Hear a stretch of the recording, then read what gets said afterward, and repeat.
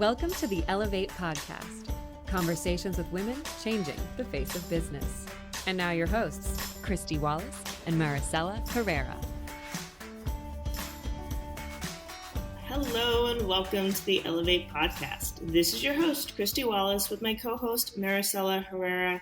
Hello, Maricella. How are you doing today? I'm okay. Hi. I'm tired. You don't sound like you. Your voice sounds different, but Really? Maybe that's because we are so far apart right now. Yeah. Yep. We are, I guess, a river apart, so it's not that far apart, but we are. We got spoiled getting to hang out together in person.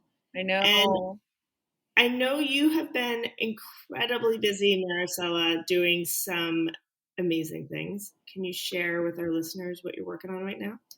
Well, yes. Currently in crunch time for Mobilize Women Week, which is coming up starting June 21st. If you haven't signed up, please do so. You can go to elevatenetwork.com/summit to see the full agenda and all the different sessions you can sign up for. So I've been knee deep in content briefs, making sure we have the right speakers that can be, that will, you might not know, but you should know, that will change your perspective in a few topics, and making sure that we also have enough time to process the conversation. So there will be a lot of opportunities for people who register for Mobilize Women to get a chance to talk to each other, process the learnings from the speaker sessions, and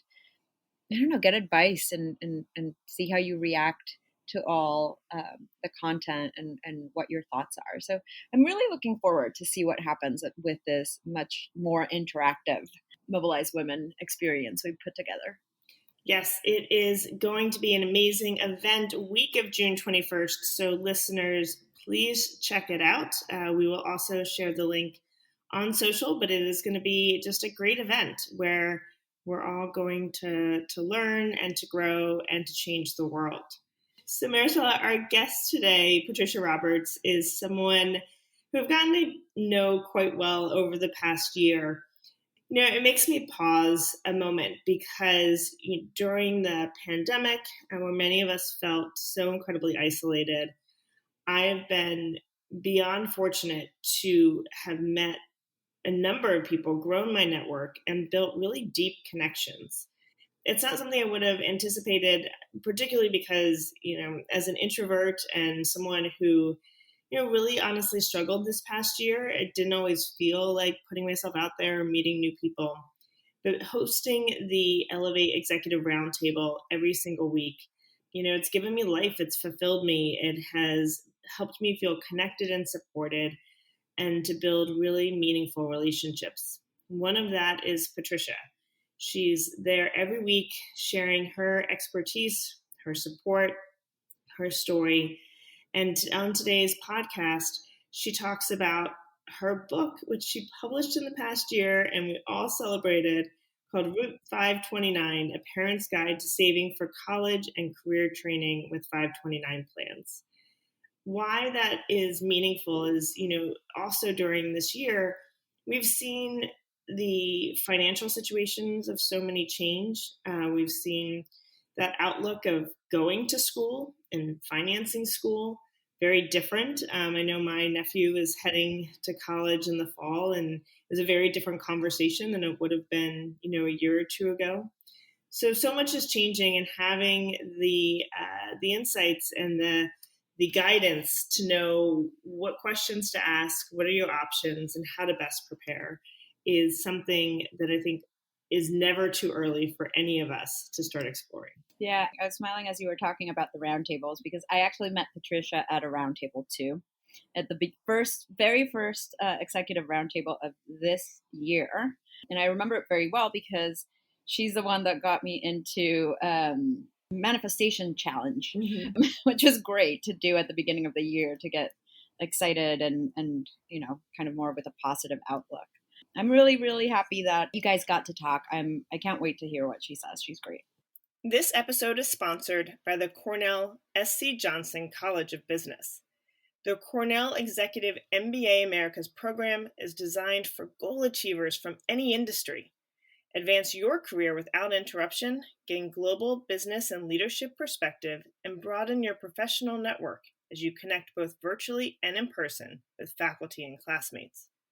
Achieve your goals with the Cornell Executive MBA Americas program. On the weekend and in a city near you. Search Cornell eMBA Americas in my city today. All right, let's get to my conversation with Patricia.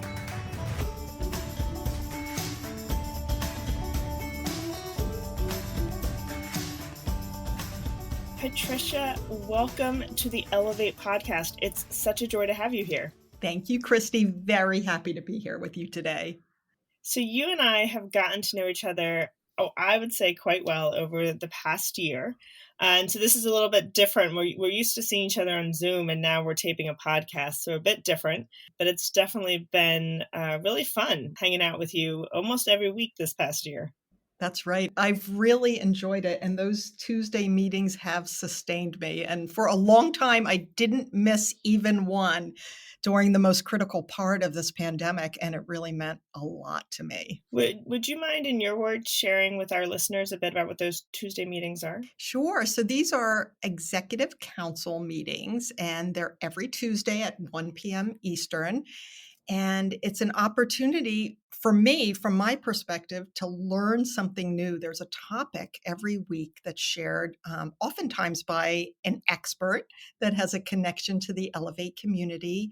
And we explore the topic together, and we then break out into different rooms. And you really have an opportunity with a smaller subset of individuals to get to know them and to explore whatever the topic is further. And I particularly remember one with you, Kristy. You and I wound up in a small room together. It's often, I think, randomly assigned which room you're in, but I remember a topic regarding imposter syndrome that really was very powerful for me, and one in which I had quite a breakthrough, both during that initial discussion and then in the breakout room, really with the confidence that those with whom I was speaking would really support what I had to share. So lots of moments like that, but that one's sticking out in my mind because I remember you being in the breakout room with me. I agree, Patricia. I mean, it's, I do think personally it's easy to feel somewhat zoomed out during this time. There's a lot of inputs all on the same channel, and also feel pretty disconnected. And these weekly roundtables, which we do for executives, managers, career changers, working caregivers, we have a holding space for the Black women in our community, seasoned professionals, entrepreneurs, and business owners. We've really worked hard at creating this space for people to come together and have these conversations in a way that, really feels like you're in a room with someone and you're able to build connections and network, but also to really learn and grow personally and professionally. And, there was this New York Times article recently around languishing and, just this feeling of just being in this kind of wheel and not moving forward. And the roundtables for me personally have helped me continue to move forward. Yeah, that's true. And I really have seen tremendous growth within myself and others as a result of those roundtables. I first thought, gee, these will help me to survive this period that we're going through. But there's been a lot more than survival as a result of those weekly sessions. I've seen, a lot of thriving, not only with myself, but with others, really, really meaningful connections made that I could have never expected.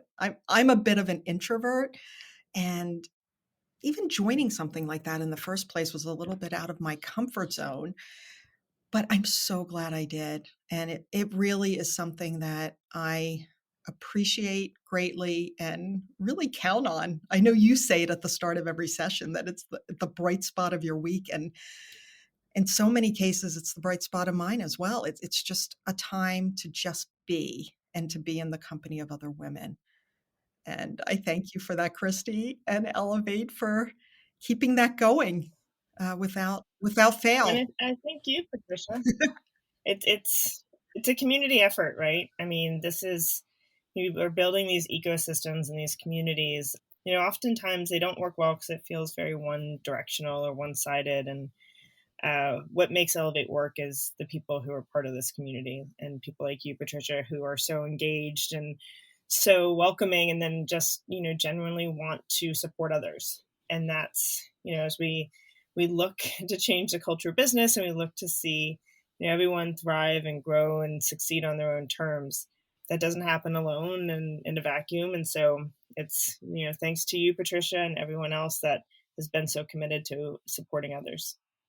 I want to pivot a little bit to talk about you, Patricia Roberts. You have such an interesting background from law, finance, now a published author. And I'm wondering if, in your own words, you could share a little bit about your story with our audience to better set the stage for this conversation.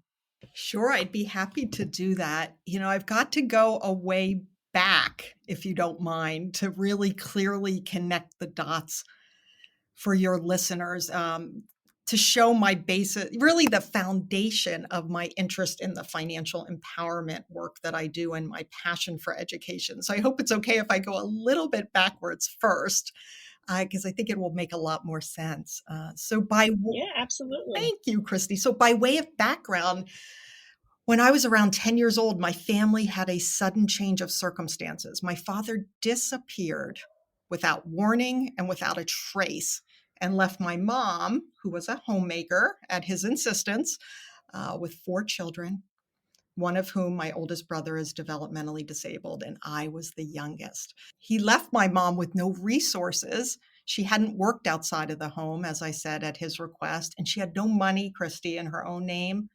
In the 1970s, like so many other women, no credit in her name. And she also had no visibility whatsoever into the family's finances and what was happening with my father's business, which appeared to be successful. So when he became a missing person, she quickly learned, and we as children also realized, that there were several mortgages on the house, that the cars were not paid for, that his business finances were in disarray, and there was no money whatsoever. So we lost our home to foreclosure.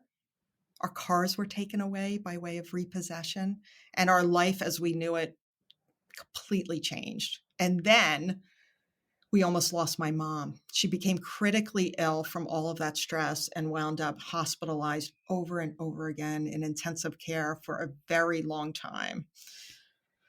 So we had a good ending. She got herself out of the hospital, eventually regained her strength. She had no current skills, but she found work as a domestic laborer, doing babysitting and house cleaning. And she found us a place to live and kept us together. And we started together from square one.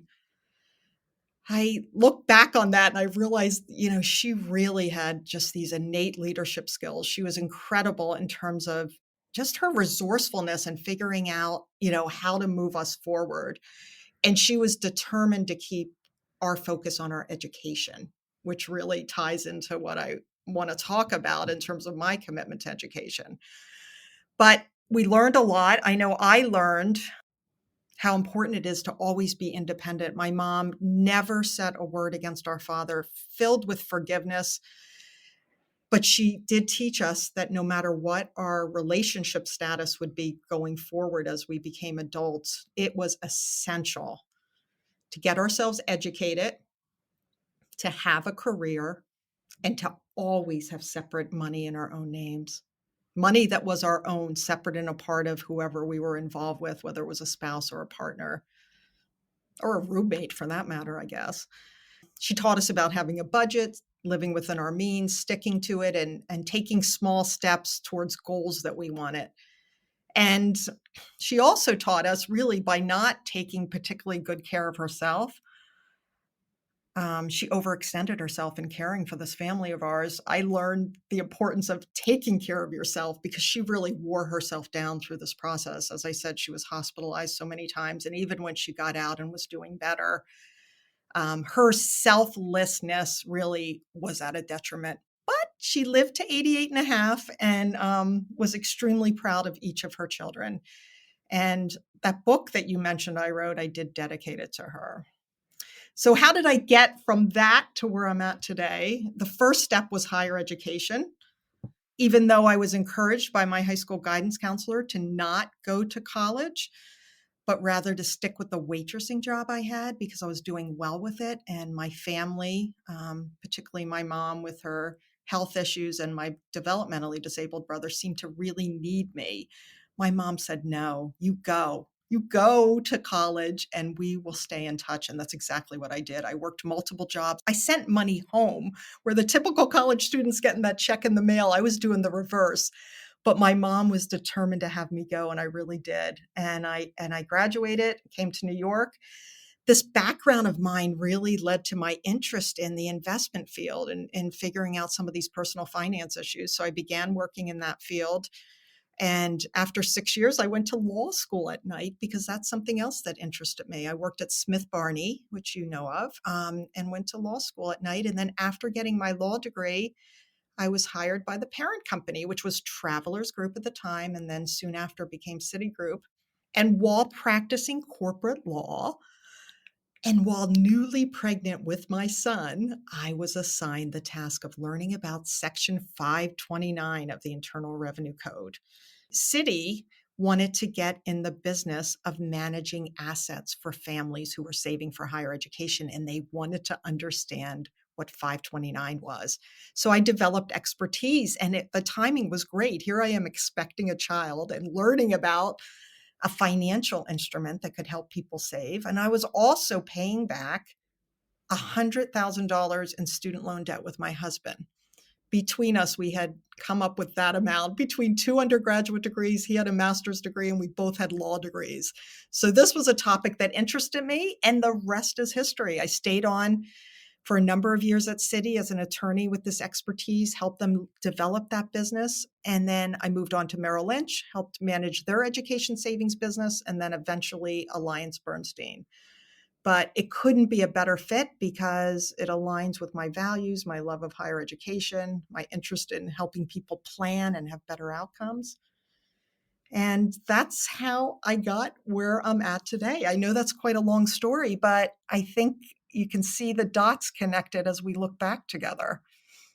I mean, I appreciate, Patricia, your openness with sharing your story. And I think it's really important because, our lives are so nuanced and there's so many influences that, send us in different directions or have a lasting impact. And if you look at where we are today as professionals in the workplace, the work that we do, how we show up, a lot of it starts from those earliest stages and, the path that we've been on our whole lives. And so I greatly appreciate you sharing that story. And I'm wondering, you faced such adversity during your life. And also, it sounds like your mom really created an environment centered around family and, support and, around learning, from your past and how to take that into the future. And how has that impacted you, as an adult professional, as now a parent yourself? You had a very successful career, you still do. Well, how do you see all of those experiences helping to, really not just shape what you did because you kind of went into that, but like, does it impact the way you show up as a professional and as a leader? Well, I would say one of the things I constantly remember and I share with others is that our past doesn't have to define or limit us, but we can leverage it and learn from it. And in speaking to young people in particular, and those who are in circumstances that are somewhat similar to the ones I was in, either first in a family where no one has ever been to college, so they would be a first generation going, or in a family where there's some challenges economically or otherwise, I talk to those young people and remind them that they've got in their toolkit some really valuable instruments. And oftentimes, when you come from a background like this, your confidence is not there. You also don't have many times the informal connections that other students or young people may have as a result of the family that they grew up in. But I remind these young people that what they do have is extremely valuable. And those skills, those multitasking skills, the ability to be resourceful, to find solutions in really complicated situations, and to bounce back, that resilience that you learned in backgrounds that are not so easy, are incredible skills to take with you into higher education and into the workplace. And I know myself, and I know people from backgrounds like mine can just about outwork anybody because they've had to work really hard throughout their life. So I try to encourage young people to not view their background as a detriment, but rather as an asset, and to try to remember what they do have and how useful that is, because that's oftentimes things that others that seem better positioned do not have. I also think, I mean, my background has made me empathetic. I really care about people. I particularly have a concern about people who have a more challenging time in getting ahead. With my brother being developmentally disabled, I have a lot of concern for disabled persons and a lot of sensitivity around the challenges that they bear. And I try to, always be conscious of others and what they may be going through, and realizing in every situation you really don't know just from looking at somebody what their experiences have been. But I feel that I'm more of an effective leader because of what I've been through. One of the things I'm trying to do, Kristy, and I did try during the pandemic, is to really show up authentically. I think it really matters, particularly when you're in a position of leadership. How do you conduct yourself? What is it that you're saying and doing? Because it sets the tone for others.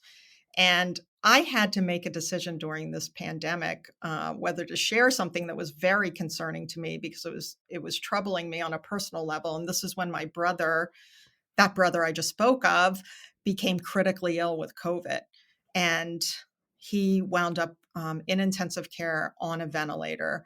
And I had no access to current information as to what was happening. I couldn't get callbacks from doctors, and I was incredibly distracted at work. And, I struggled with whether to tell everyone, we have a small shop, but whether to tell others that I was dealing with this. But I did. I did in the end. And it really took a weight off of me that others knew that while I was doing my best to keep on top of everything, boy, was I distracted. And there could be times, and there were times, when I'd have to drop everything to grab a phone call when a doctor finally called me back. So people knew that, here I am, the chief operating officer. I was going through something challenging. And I really feel like it opened up others to share some of the things that they were dealing with. I've heard it said, and I think it may have even been an Ellevate member in one of our sessions, that, when you are authentic, it's like throwing up a flare in the darkness, and it sort of lights the way for others to share their truth or to share what they're going through. So I found that to be incredibly helpful. And I don't know what else to say on your question, Kristy. I'm trying to remember exactly what it was. I hope that's helpful. Patricia, all of that was great, and I, so much. I think many times we see, the challenges and the obstacles in our life as things that maybe hold us back or limit us. And just listening to you speak right now, it's a reminder that these are all things that help make us stronger, that help make us more human, more connected, better leaders. And, even just your story about, sharing what you're going through with your brother and COVID, to me, that's about normalizing humanness, and normalizing that we are, not just defined by the work that we do, but we have so many identities and experiences that we're navigating. And my hope is that, this past year has shown us to, be more aware of those we work alongside of, to be more supportive. How do we create channels for transparency around these topics? Because we've talked so much about the impact of the pandemic on working caregivers, on health, on mental health. There's, I don't think anyone has come through this unscathed, and yet it's being in a workplace, which is your livelihood, which is for many people your purpose, that supports you and recognizes when things are tough, and says that that's okay, and makes that not the stressor, that will really define the future of work moving forward. I hope so. Yeah, it's lots to be seen. But Patricia, let's talk about your book and your expertise. As a parent of three, this is certainly something that's top of mind for me, and coming up, in a generation where, saving for your kids' education was, just so top of mind. I know for my parents who had 4 children. Can you share some of the highlights of your book? What are some of the things that our listeners should be walking away with today? Sure, I would be glad to do that. I want to mention that I wrote this book during the pandemic, and I had no intention of writing a book. I like to write. I've written a lot on this subject of saving for college and avoiding student loan debt. But here I am during the pandemic with this extra time on my hands. I'm no longer running a mile a minute and commuting and on business travel. So I found I had extra time on my hands, and I was noticing, even with the pandemic on the news every day, the other news story that I kept hearing was about student loan debt and about people struggling to repay it, and now struggling more than ever because some were losing their jobs or not getting jobs. And I thought, wow, $1.6 trillion in student loan debt, 44 million Americans struggling to repay it. And on top of it, my firm had done a study, and there's been other studies as well, but there's nearly 65% of Americans are not familiar with one of the most effective ways to avoid this debt and to plan in advance for these higher education expenses. And those are 529 plans. There's just a lack of familiarity about them. So I thought, gee, I've got this extra time. I love to write. I have, really tremendous subject matter expertise in this area. Why don't I write a book? And that's just what I started doing. I just started pulling together thoughts that I had from the past, and I wrote this book. And it's really about the journey of saving. And I began with the thought that people should start with the vision of that destination they desire, because that's what you do when you're starting off on any journey, right? You visualize where you're headed and what you want it to look and feel like, or what it might look and feel like when you get there. And then you make a plan to head in that direction. So I start my story, my book, it's called Route 529. I started with having the reader envision what they want it to look and feel like when their child is finishing up their secondary education and preparing to pursue, something after that. And I weave into the book a lot of my own personal experiences. And with regard to that very beginning, I share that what I visualized for my child was what I didn't want it to be like. My husband and I did not want this child having the level of stress that we had repaying student loans. And although we had no idea how we were going to be able to do this as new parents living in a 1-bedroom apartment in New York City and trying to figure out how we were going to pay for everything associated, from daycare or a babysitter to everything else that a new child needs. But we said, we're going to find a way, and we did. And the way I found is to take a little bit out of my paycheck each time when I got back from maternity leave, and my husband did the same. And I'm happy to say my son's going to be graduating debt-free in June of this year, Kristy. And I could have never done it had I not made that decision to start saving when I did.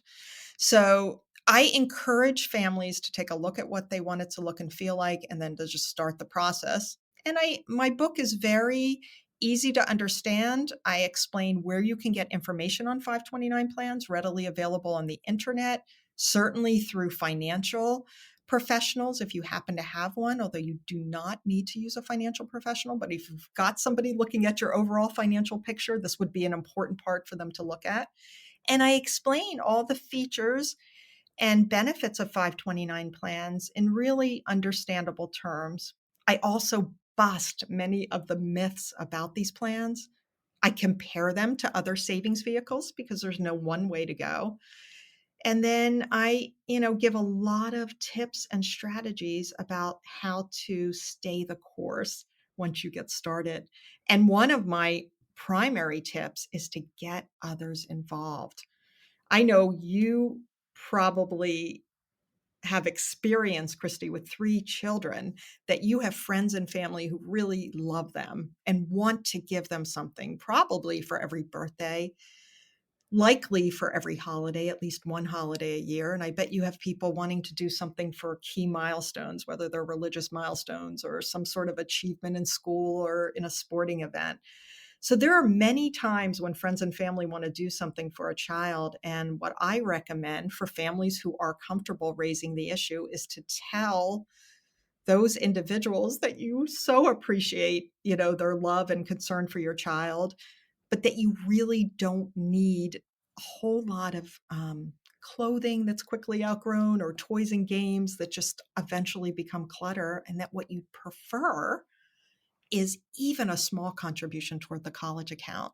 It's very easy to have third parties contribute, and I encourage individuals to have that conversation with their families, because even if you have 5 or 10 people a year contributing $25, $50, $100 per occasion, that can really add up. So I give lots of tips, and I even explain, which is part of my current work, is how employers can help as well.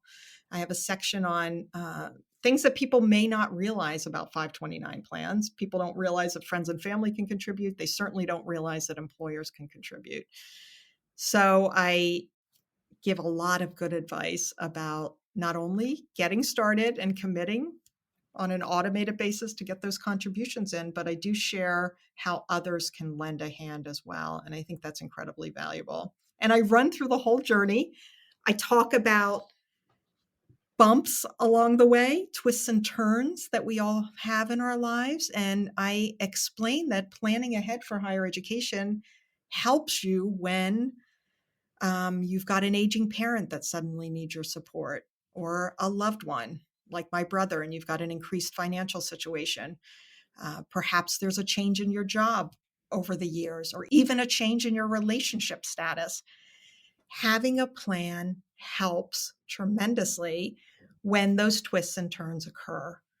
I know that in 2016, my mom's health began to decline. I acquired increased responsibility for my brother. She eventually did pass away. And I also lost my job. The firm I worked for exited the business I was managing. So all of those things culminated at the same time. And my son was a senior in high school. And had I not had a plan, had I not saved for during those prior 17 or 18 years, he would have had a very different outcome. But there was no consequence to what had happened because I had planned ahead. So I do talk in the book about the value of having a plan and how helpful it can be in the long run. And then I also discuss with people, how to responsibly spend down the money they save, and how sometimes pursuing the dream school that's completely unaffordable, even after the financial aid that can be offered by the school or by the federal government or the state government, if it's not affordable, it may not be the right fit in the end, and that there are other ways to go about getting an education. There's many exceptional institutions that could be more affordable. There's also the possibility of maybe deferring an acceptance and seeing if the school would be comfortable with you doing a first or second year at maybe a community college that's more affordable, and then transferring those credits. You'd want to make sure that you could. But I give a lot of tips about making sure that, this dream school that you're after doesn't result in a nightmare of a life trying to repay student loan debt, because it's a very different situation when you're coming out debt-free or with minimal debt than when you're coming out with a substantial amount. And there's a growing body of research that's showing us now that an increasing number of people are reaching the end of their lives, Kristy, and they still have not paid back their student loan debt. And this is not the future we want for our children. So, Patricia, I hear everything you're saying. I was a liberal arts major when I graduated from college, and I've talked to one of my former professors, who's now the dean of the School of the English program, and she said that they've seen such a shift in students who are opting away from liberal arts majors because the job prospects when you graduate are not as lucrative. And so, students are making decisions about their majors and their future careers, not based on their interests and passion, but based on, having to pay back that debt. And I have a couple of questions for you about this. One of which is, so I hear you on putting away some money, to save for college, but what about retirement? We have a number of, things we're planning for in the future. And is it, feasible to do like college and retirement at the same time? Are you picking one over the other? How does one, impact the other? Certainly if you're planning for college, then that, will impact your retirement either way. But how do you see the commingling of those two financial planning initiatives? That's a really good question. And it's an important question that people should really consider and think carefully about. So I would say, in terms of the importance of saving, first and foremost are emergency savings. That rainy day fund that people need to have, that they can count on, something that's fairly liquid that they can get to in any situation that arises. After that, I think the advice from most financial professionals, and I would agree, is to then, if you're a parent, to focus on retirement. It's hard for parents to put their own needs first. We're just not accustomed to doing it. It's always, what does the child need? But in many cases, like you hear on the airlines as you're getting ready to take off, is to put on your own oxygen mask first. That would mean saving for retirement before saving for that child's college. You can't get financial aid for retirement. You can't borrow for retirement. So saving for retirement making that a priority makes sense. And at least to the extent you can, of what your employer is matching. So that's what the prevailing wisdom is: emergency funds, retirement, and then college savings. But if you wait and try to do those things sequentially in terms of the retirement and college savings, you may be waiting too long. And the truth of the matter is that the two, retirement and college savings, are really closely interrelated. And not planning for one becomes a problem for the other. So I suggest that even if parents cannot fully fund or even consistently fund a college savings account, they still get it open as soon as possible. Don't wait until you're on a good track with retirement. Certainly focus on retirement and getting the match if you have that from your employer, but get that account open. I say as soon as the baby arrives. You can even open the account while you're expecting. Put yourself down as the beneficiary because the baby's not yet there and doesn't have a Social Security number, and then switch it as soon as the child arrives. But get the account open, because you can invite friends and family to contribute. You can even ask your employer. More and more employers now are starting to consider contributing to college accounts. But if you don't have it open, you're not started. So you've got to get it open. And then when you can, add money like found money, like, for instance, a tax refund or your baby's out of diapers. Finally, what a cause for celebration. They're potty trained. Take the money you had been spending on diapers. That's easily $60 or $70 a month and put it in a college account. Just reallocate. The child's out of daycare. They're now in school full time. Take that money and put it into the 529. And as you grow it in your career and earn more, you can find ways to more consistently contribute. But if you do not plan for college expenses and you exclusively focus on retirement, you may well be in a position, as many parents are, of thinking about borrowing from retirement, which is a really bad idea to pay for your child's college. Or you may wind up taking parent loans that will flow into your retirement years.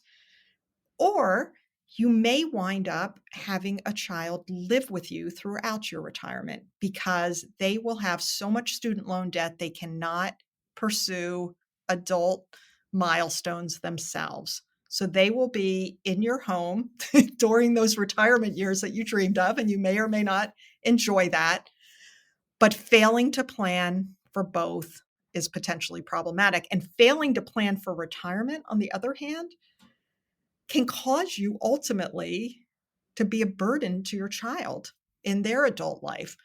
Because if you exclusively plan for their higher education and they come out debt free, but you have nothing to sustain yourself during retirement, that becomes problematic too. So I think with the priority on retirement and, of course, emergency savings, as I had said, get that college account open and find a way to fund it. You need to do both. And you do not have to save everything for college. Any amount you save is that much less that your child will have to borrow and repay with interest.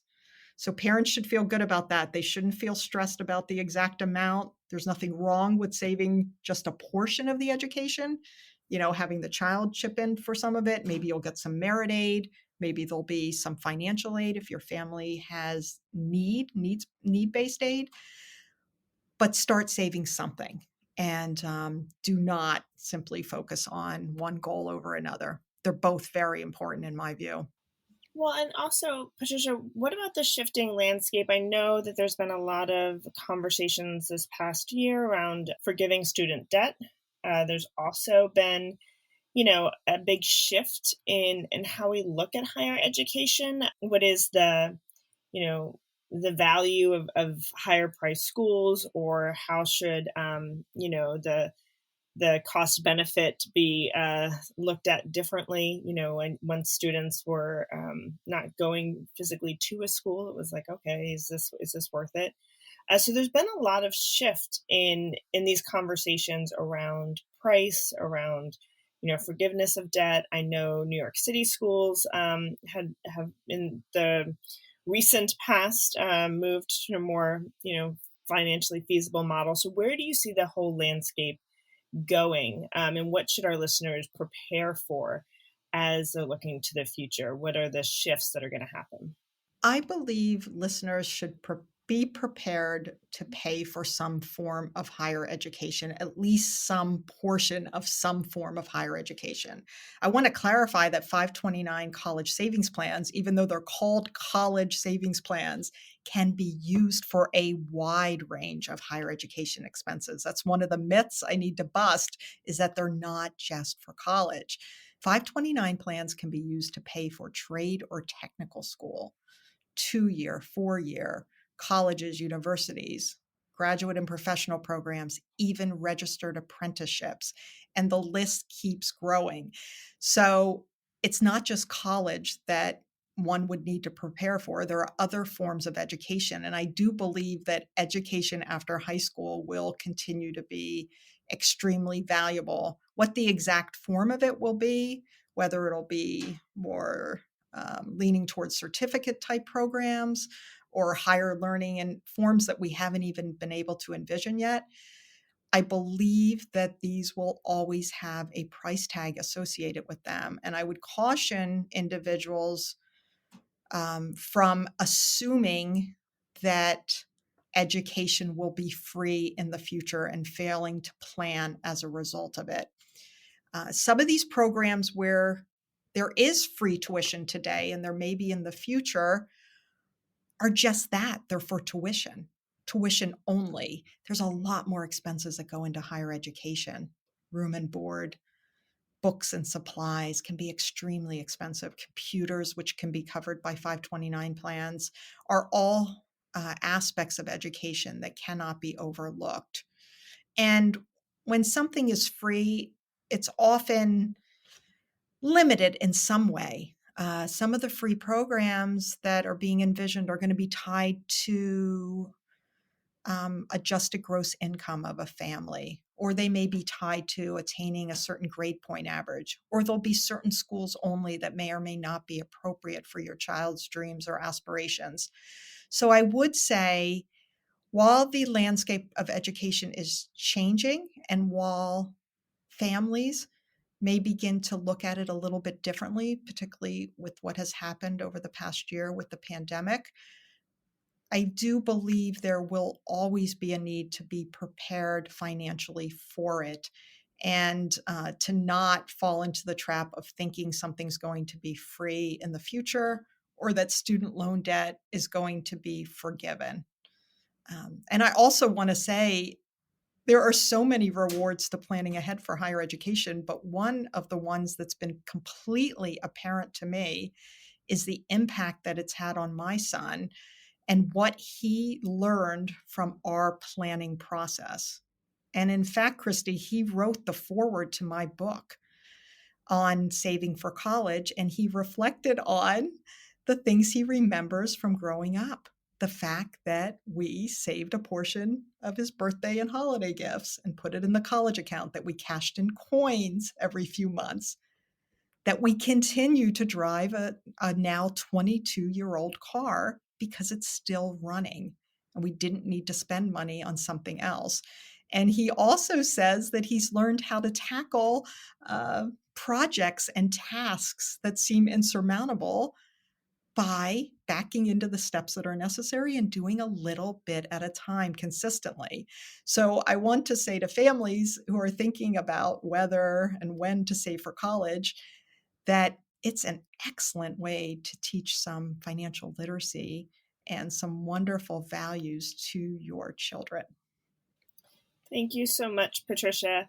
I want to end with our quick lightning round to get to know a little bit more about you. So I'm going to ask you a few questions, if you wouldn't mind answering in a word or two. What's your favorite day of the week? I like Sunday. I like the hopefulness in terms of looking at the week ahead, but I like that I still have some time to relax. And are you an early bird or a night owl? I am a night owl. Who is your dream dinner guest?